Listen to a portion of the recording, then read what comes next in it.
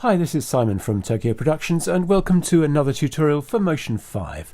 And today we're going to be looking at creating this text effect, which doesn't use any 3D.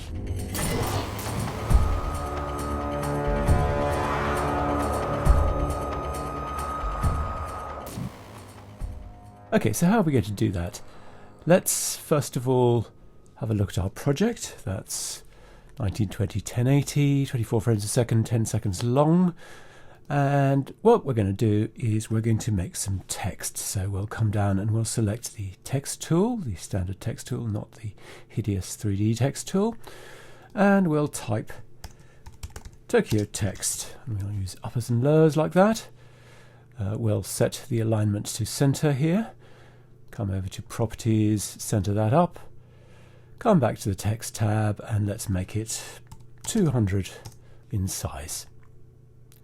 Okay, I'm going to call this group master text, and what I need to do is need to make sure it's fixed resolution, and I'll explain why that is in just a short moment. Okay, it's fixed resolution.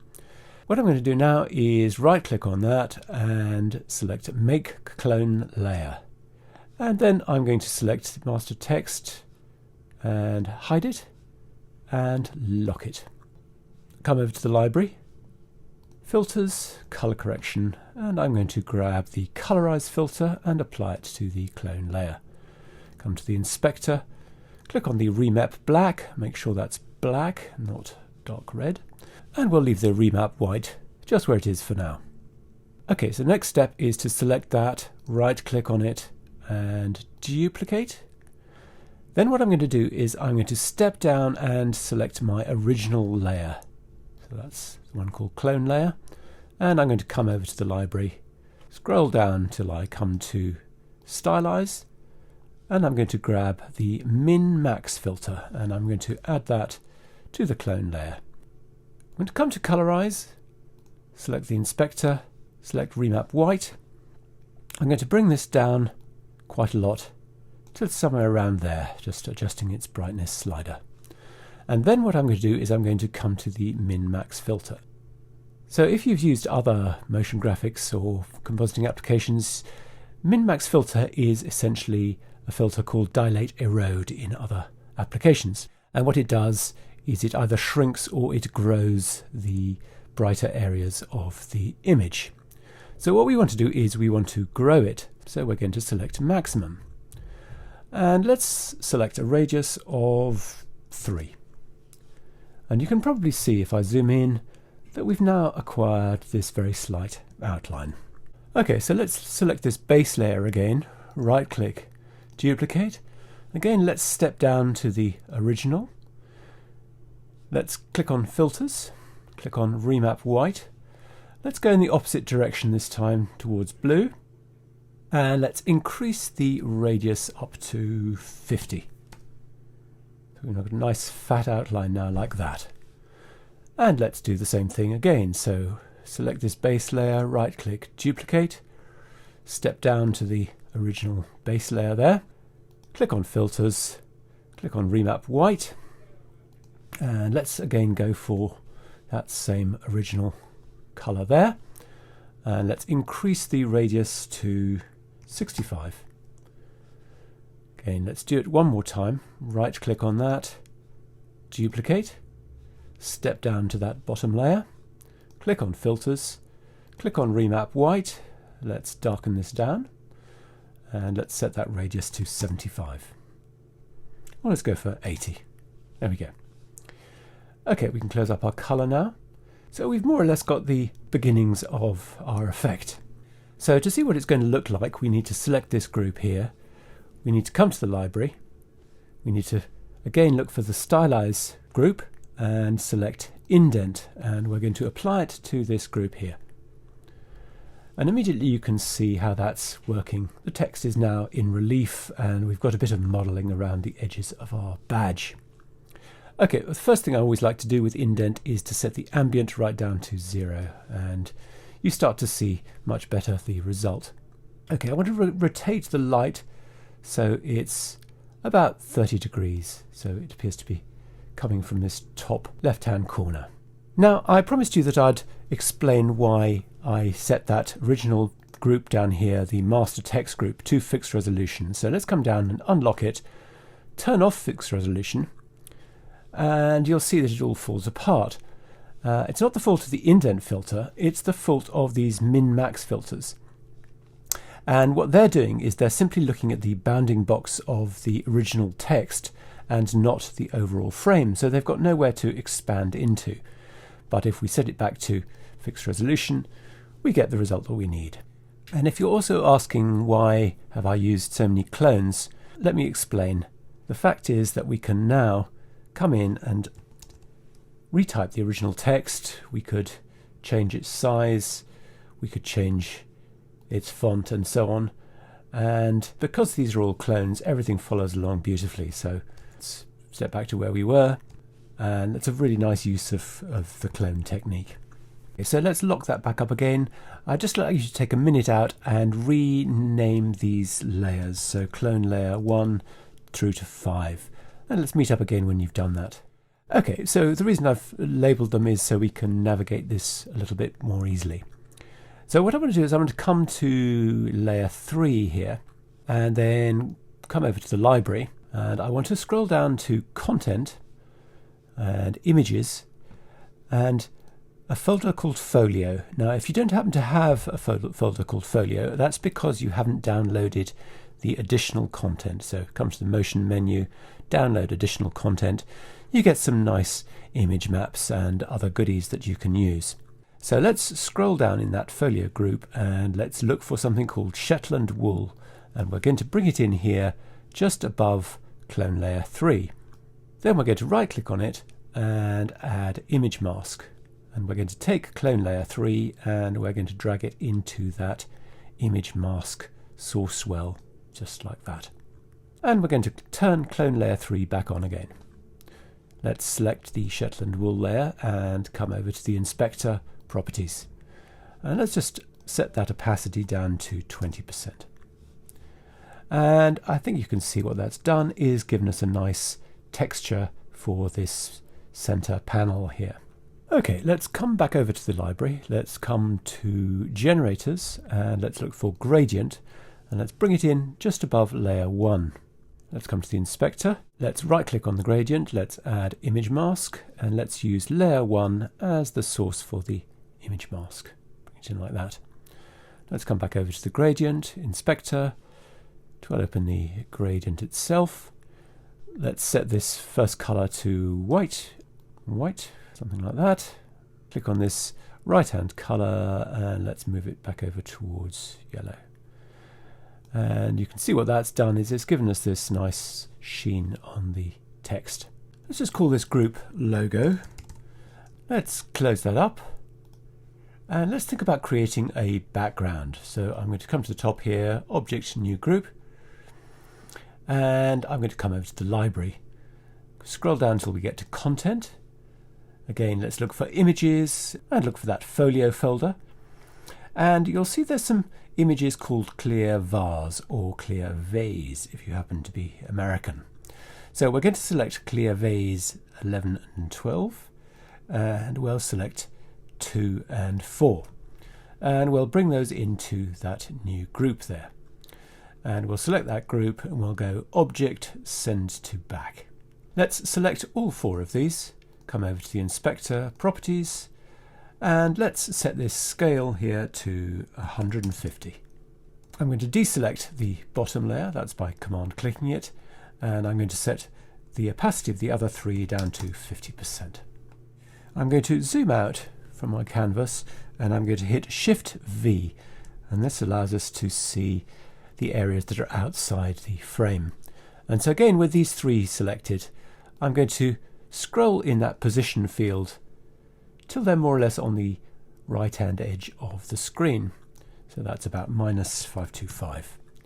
And then I'll take the bottom layer and I'll type +525. So that's just off the left hand edge of the screen.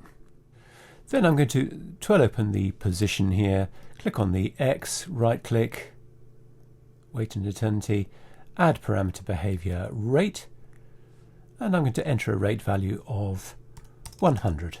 Let's just turn off the logo so you can see what's happening. That's going to make that gently drift to the right. So I'm going to hold down the Alt or Option key and copy that to the next layer up by just dragging it. This time let's set that value to -100, so it's going the opposite direction. Again, hold down the Alt or Option key and drag this to the next layer up. Let's set this value to -75. Again, let's hold down the Alt or Option key and drag it to the topmost layer and set that to -50. It's not terribly critical, this. It's really just to get these textures moving gently in opposite directions. So we've got a little bit of contrary movement. Okay, now let's take this group. Let's come to the library. Let's look for filters. Let's look for color correction. And again, let's look for colorize. Add that to that group. Come to the inspector. Let's set the black to black again. Let's select remap white and let's come down here towards blue. And just reduce the level of this. Somewhere around like that is going to be pretty good, I think. Okay, let's hit Shift-V to hide the outside of the frame. Let's hit Shift-Z to zoom back in again. And let's turn our logo back on again. Okay, let's call this group background and let's close it on down. And let's open our logo group back up again. Now what I want to add is a grid to support our logo badge. So inside this logo group, I'm going to select the rectangle tool. I'm going to come up to the top of the screen, window, show HUD. I want to select my fill color to be something like the outside of the badge here, something like that, and no outline. Then I want to draw a thin rectangle down the center of the screen like that. Doesn't matter too much about it. Let's close up the HUD. Let's come to the geometry. Let's twirl open the size. Let's set that width to 10 and our height we're going to set to 2500. And then I just need to select the rectangle object center back so it pops behind our main badge. Come over to the transform here and center it up. Then I'm going to right click, make clone layer, and I'm going to move it across on X to -565, just so it's supporting the left hand side of our badge. Right click, duplicate, and let's enter a value of +565. Let's right click, duplicate again, and let's rotate it through 90 degrees on Z. And let's zero out that X value and enter a Y value of -150. Then right click again, duplicate, and let's set that Y value to 270. And now we've got a nice grid like that. I'm then going to select the rectangle tool again, and holding down the Shift key, I'm just going to draw a small rectangle just at the intersection there. Just want to make sure that X value is -565 and that Y value is 270. And let's come over to the shape, geometry. Let's set that size to 25. It doesn't want to be too big. Okay, and again, object center back. I'm going to right click, make clone layer. Let's just move it to 0 on X. Right click, make clone layer. Let's move this one to 565 on X. Right click, make clone layer. Let's move it down to -150 on Y. Right click, make clone layer. 0 on X. Right click, make clone layer. -565 on X. Now we've got those little joints in our grid. Let's close up our logo group again. Let's come to the background layer and let's do object new group, and I'll come over to the library, generators, and I want to look for lens flare, and I'll drag that into our new group here. Come to the inspector. Let's increase that intensity up to 2, and then let's right click, duplicate, and if we turn on our overlays, so view show overlays, we can move this up to about there. Let's set this size down to 20, it's not too big, and I want to increase the fall off all the way to 10, so it's no risk of it hitting the edges of this frame here. Okay, let's duplicate this again. Right click, duplicate. And really I just want to encourage you to stick some of these just at random in the background. So right click, duplicate again. Let's bring this one up to here, for example. Right click, duplicate again. Bring that down to there maybe. Right click, duplicate again. And let's have another one maybe in here, just to give us some interest in the background. Let's call these background flares. Close that on up. Let's come to the top here, Object, New Group. Again, come to the library, again grab a lens flare and bring it in there. Let's view, show overlays. I want to put this one down here. Come over to the inspector. Again, let's set the fall off all the way up to 10 and the size down to 20. And let's set the intensity up to 2 again. And let's right click, duplicate. Let's move this one over to that top left corner. Right click, duplicate. Move this one over to the top left. Okay, so now I'd like to add a camera. So I'm going to come to Object, New Camera. And let's switch to 3D. I want to set the angle of view to 90.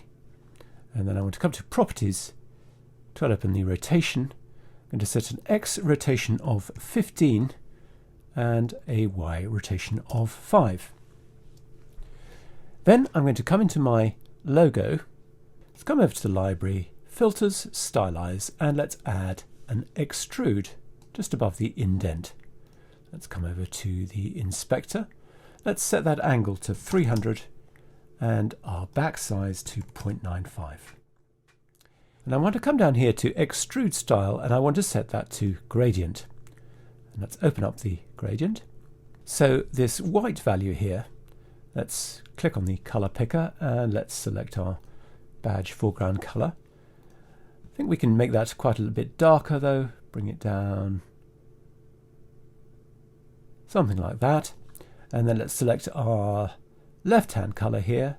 Again, click on the eyedropper and let's pick that dark color off the background, something like that. And maybe make that just a little bit darker than that. So that's made that look as though it's a little bit more part of the scene. Okay, now let's add some lighting. So let's come to the top of the project, Object, New Light. And I just want to move this light up to the top here. Something like 200 is good. And I want to enter a Z value of 50. Now this isn't quite the look that I'm going for, so I'm going to select my logo group and I'm going to come to Object, New Group to make a new group just above it. And I'm going to drag that logo group into this new group here. And you can see how that changes everything. So I'm going to make this logo group itself 2D and then make the enclosing group 3D. And that has a very different effect on the lighting, as you can see. Let's come back to our light here and let's right click, duplicate. And let's come to its properties. And I want to move this light back to -200 on Z. And let's come to the light tab here and increase the intensity to 300. Now we're not seeing that because we've actually just moved it now behind our background and our flares. So let's come back down to our background, come to properties. I want to set the Z position to -1000. And let's just increase the scale proportionately. I know we need to come up to 200 just so it fills the screen again. And let's do the same thing with our flares. Let's set the Z position to -500. And let's just increase our scale. Let's just do it interactively, something like that, just so we start to see them again. You can maybe move these up a little bit. Something like that. So our flares need to be excluded from the lighting. So let's come to the lighting tab here, show, and let's set that shading to off. And now they will shine through no matter what. Now we're seeing a little bit of the edges of these lens flare elements. I don't think I mind, I quite like the effect of that, but you'd probably have to mask that off if you're worried about it. Okay, And let's do the same thing with our foreground lens flare group. Select that, come down to the lighting tab, shading off. And that means they are not affected by the lighting and they shine no matter what. Let's come back to our light here. So I want to increase the intensity to 200 and I want to increase the fall off to 10. And I want to right click, duplicate. This one I'm going to reduce the intensity down to 100. And I just want to come to its properties here and I want to scroll in the X position just to bring it over to the left hand side of our badge there. And I'm going to right click, duplicate. Again, come over to properties, scroll in the X position just to bring it over here to that corner. And then right click, duplicate. Come to properties, let's scroll, bring it back to the center and down on Y and over on X, so it's matching up with our little lens flare there. Then I want to select the first of these, the one immediately above the original, and I want to select the Z and right click, add parameter behavior link, and I want to drag the original light into the source object well there. And then holding down the Alt or Option key, I'm going to drag that link to the next copy up and again to the next copy up. So now if I move the first light, the other two follow along with it. So that's at 5 and that's at 150. And what's nice about that is that you can then sort of animate that coming on. Something like that. Okay, so let's do a little bit of animation on this. First of all, I'm going to select my camera, come over to the library, behaviors, camera, and I'm going to grab the dolly and add that. Come over to the inspector. We can dolly in about 150, I think. It'll bring us into about there. So we'll get something like that. Okay, so let's come to 2 seconds on the timeline.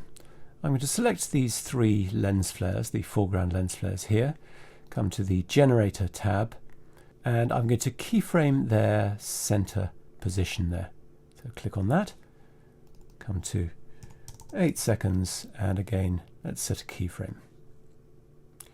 Okay, let's select them individually, so that one there.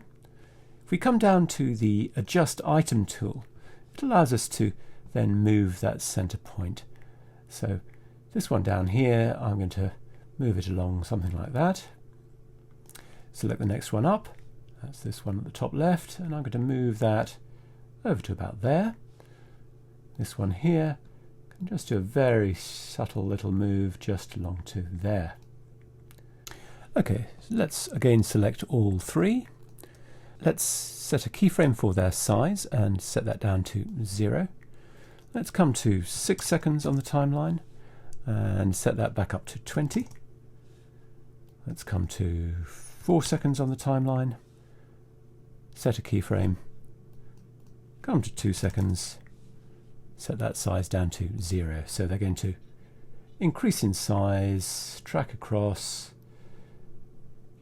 and shrink down as they reach their end. And then what we can also do is select our main light here, come to the properties. With our playhead at the first frame, let's set a keyframe. Let's set that to 5, I think. So we're just there. And let's step forward to 2 seconds. And let's bring that out. Let's go for 50 at that point. Let's come to 8 seconds. Let's see how bright we want it. 100. And let's come to the end and bring that down to 5. So then, let's go and do something like that. Okay, so just a few more tweaks before we finish. I want to come down to the indent filter, and I want to point out how much fun it is to play around with these various values. So if I reduce the highlight sharpness down to 20, you can see we get a much shinier result, and you may or may not like that. And again, we can increase the depth, maybe go up to 20 with that. Just gives us something a little bit more chunky. And I think what I might also do is come to the library, filters, Come up to color correction and grab a levels, add that at the top here. Come to the inspector, let's grab the black, make that a little bit heavier, and let's just punch up the white like that. And then I'm still worried about those edges there that we're seeing. You can probably see off those lens flares. So let's come down to that lens flare group, background flares right down here. Let's select all of these and let's come to the generator. Let's just increase the width here to 3000. 3000, not 300. And maybe increase the height to 2500. And you can see that's taken care of that. Okay, one final thing, which is I'd like to add a scope letterbox to this. Now obviously we can't do that with a letterbox filter, so I'm going to show you what I normally do. It's probably not very efficient, but I just kind of quite like it. So object new group, come to the library, come to generators, color solid, bring that in, then duplicate it, select the lower one, right click, add image mask, and use the upper one to add to the image mask. Come to the inspector and invert the mask, and come to the upper one, properties, to open the scale, and set that Y to 75. And now all we need to do is change that color to black. And we've got a scope mask that isn't affected by the lights or the camera because it's not 3D. Okay, and just one final thing. Let's come back into our logo group. I do think that texture is a little bit heavy on the face here, so come to the Shetland wool layer and let's set that down to 10. That's a bit more like it, I think, a little bit less crazy.